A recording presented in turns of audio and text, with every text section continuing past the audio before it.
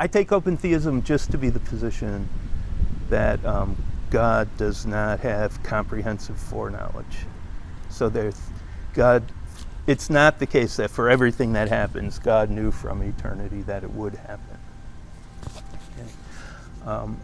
And surprisingly enough, I became an open theist without having that term for it, but realizing, I don't believe in comprehensive foreknowledge, through reading Jonathan Edwards, so a good staunch Calvinist.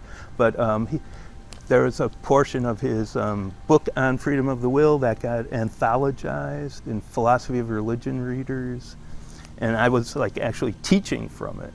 And he was the part that got anthologized. He was arguing against Arminians, and I realized that I was agreeing with almost everything he said as he wiped out the middle ground of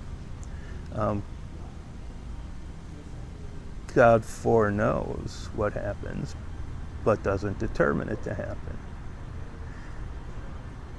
And I think Edwards has really good arguments that that's very unstable, that middle ground, and ultimately untenable. But then having wiped it out, he has really nothing to say, at least in the part I was reading, about why choose one extreme over the other.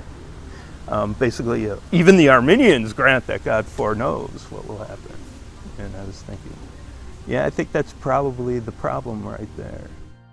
But there are a lot of people who come from places where universalism is like bad, and open theism also bad. And a lot of times they don't really have a complete grasp on what those are.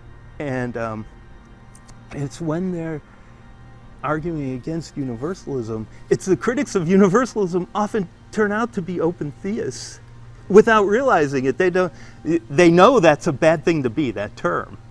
They don't realize, they say, well, how can it be true that everyone will be saved if we have free will? And it's and you have to point out to them that open theism of yours is pretty interesting. And they're, wait, what? I'm not in open theism. I don't understand open theism in any other way other than what you're saying right now. God, it can't be foreknown what somebody's going to do. There is an issue over just what exactly we mean by universalism here.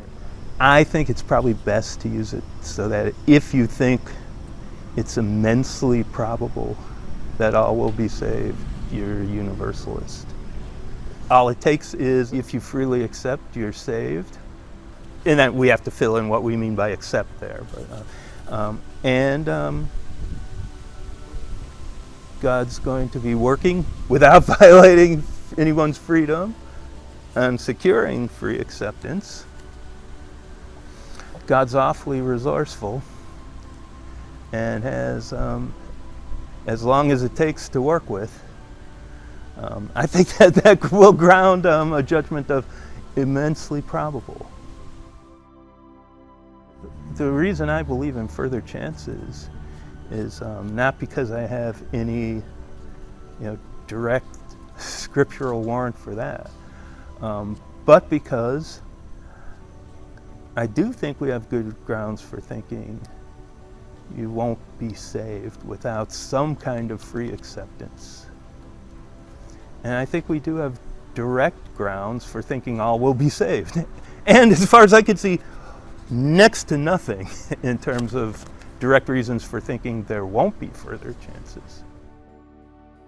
So one of the worries you can have about universalism in conjunction with open theism is that, maybe open theism is compatible with universalism, but it won't be compatible with universalism being known for certain ahead of time, even by God, because even omniscient God cannot know what is not yet true.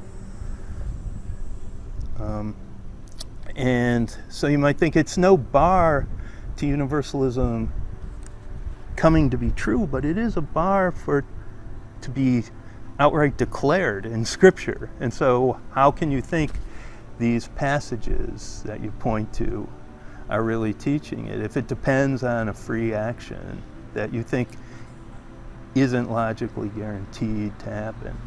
And for that, I think, maybe if that worries someone enough, well, then God's plan could be give it a certain amount of time to happen and make that such that the time is of the length and the circumstances are such that it will almost certainly happen by then, but then resolve. And I take it if God resolves in the right way to do something, resolve to compel assent of any holdouts at that point. And if God does that, then it could be absolutely certain and could be revealed.